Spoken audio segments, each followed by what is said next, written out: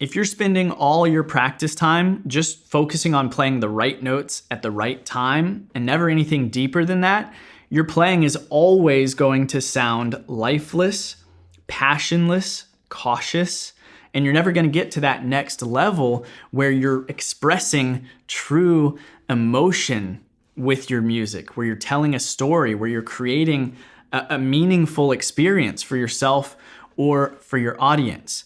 I'm going to teach you two concepts today that you can apply immediately and focus on in your practice. And I promise you, if you do apply these two simple things, you're going to finally feel your music come alive. Now, I believe in teaching technique and practicing that technique in the context of real music instead of boring drills and exercises. So let's get straight to the music.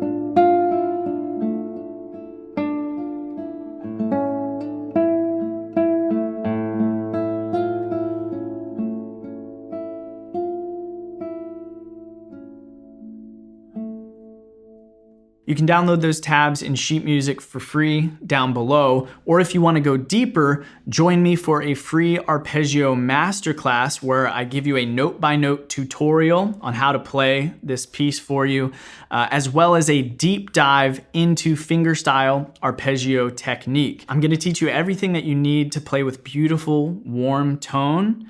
I'm going to go even deeper than we can in this video on how to bring life to your playing with dynamics and articulation, how you specifically play each note. I'm going to show you how to build speed so you can play blazing fast arpeggios accurately and efficiently with no wasted energy and no bad habits. Depending on when you're watching this video, you can either join me live or watch the replay. Again, it's completely free. The link to sign up is down below. Now, the first concept that you want to focus on in your practice to bring life to your playing is dynamics, specifically crescendos and decrescendos. That's getting louder and then getting softer.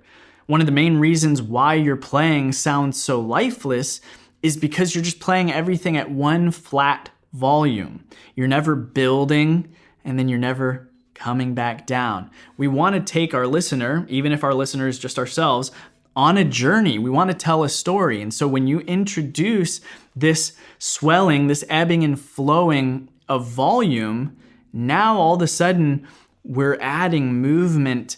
We're building something in our music. We're giving it life, like it's breathing. It's the same thing with speech. If I just speak to you at the same volume with no emphasis, no inflection, you're going to get bored. It's going to be meaningless. As soon as I start adding different articulation, different inflection, getting louder and softer, now you're more engaged. Automatically, my speech has more emotion to it. So in this piece, you'll be practicing gradual crescendos, getting louder gradually, and then gradual decrescendos, a couple measures at a time. So we're creating these volume swells where we're going up and then back down. So starting off, we're really quiet, and then we're building over the first two measures.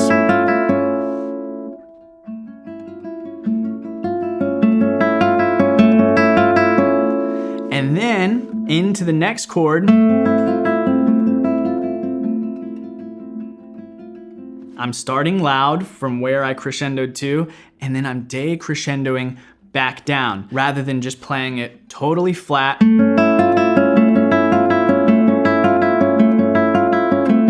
Those first four measures are one big swell up and down.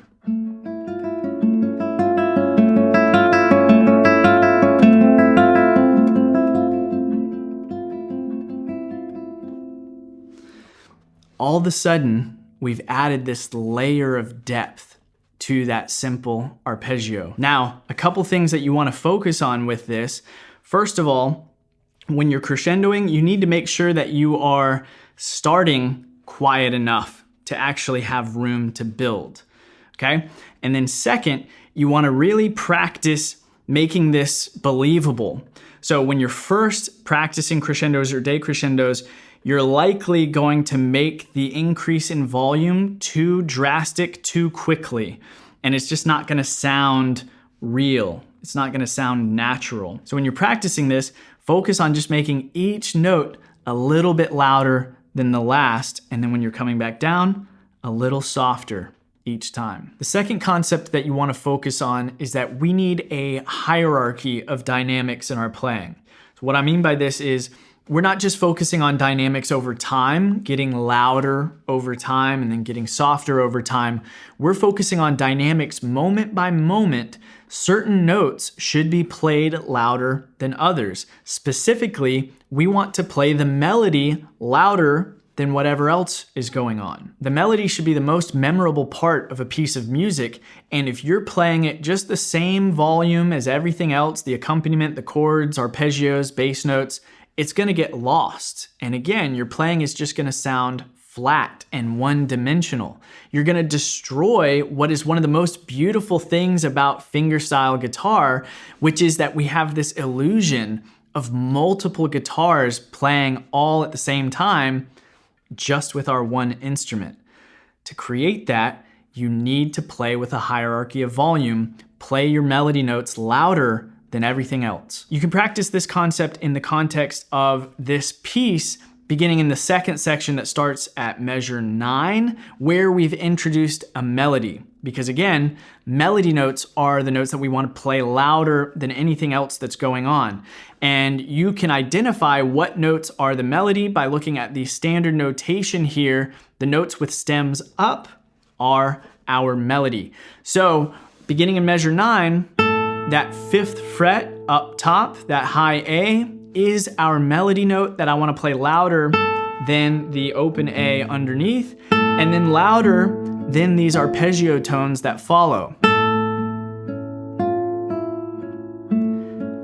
And then our next melody note is that open E toward the end of the measure. So again, I'm going to play that louder.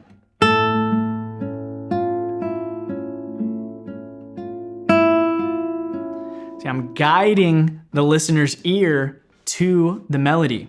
Otherwise, if you're just playing this everything the same,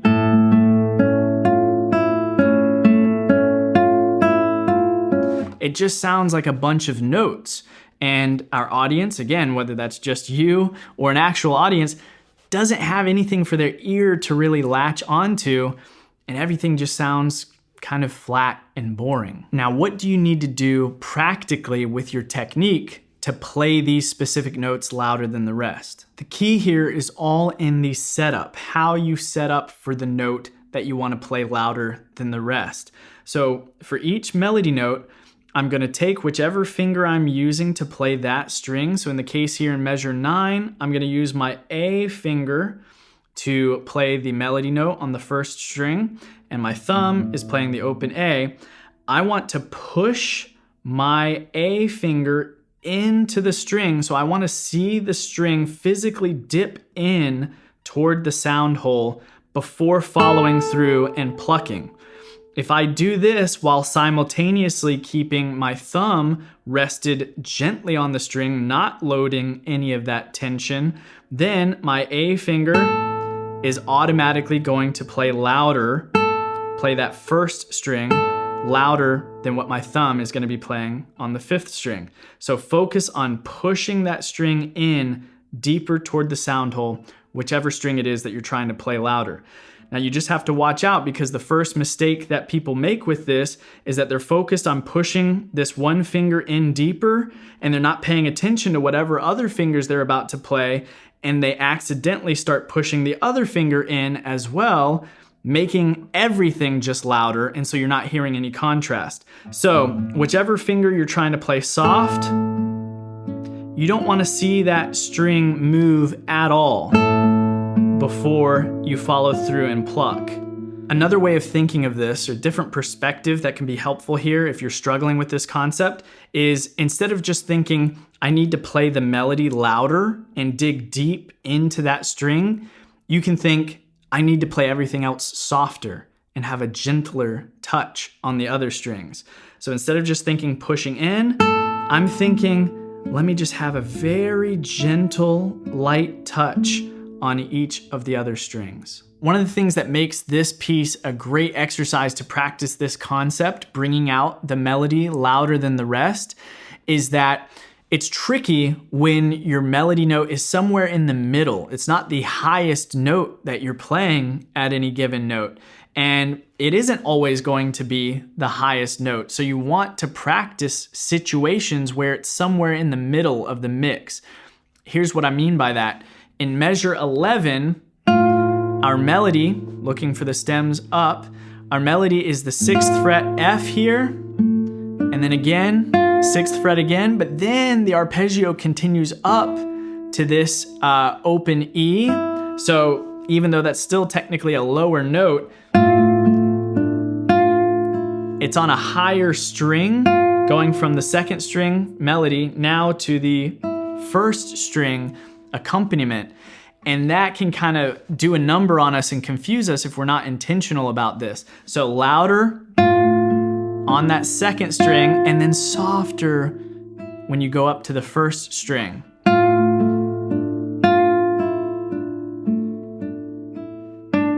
And then even more so, right at the end of the measure, our last melody note is the 7th fret of the 3rd string, followed by these higher pitches on the 2nd string and 1st string that are accompaniment. So then I'm gonna play that 3rd string louder for the melody, and then I have to play the 2nd string and 1st strings softer.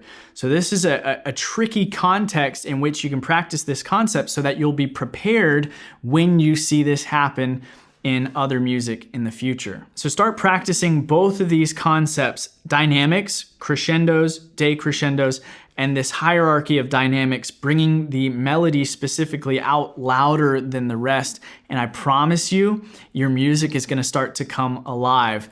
Let me know how it's going in the comments. Again, you can download the tabs and sheet music for this piece for free down below. It is a great exercise for you to use to start applying these concepts in your practice. And again, if you want to go deeper, join me for my free arpeggio masterclass where I give you a note-by-note tutorial of this entire piece, and we do a deep dive into your arpeggio technique, teaching you how to play with beautiful tone, effortless speed, and consistent control. Link to join is down below. We'll see you in there.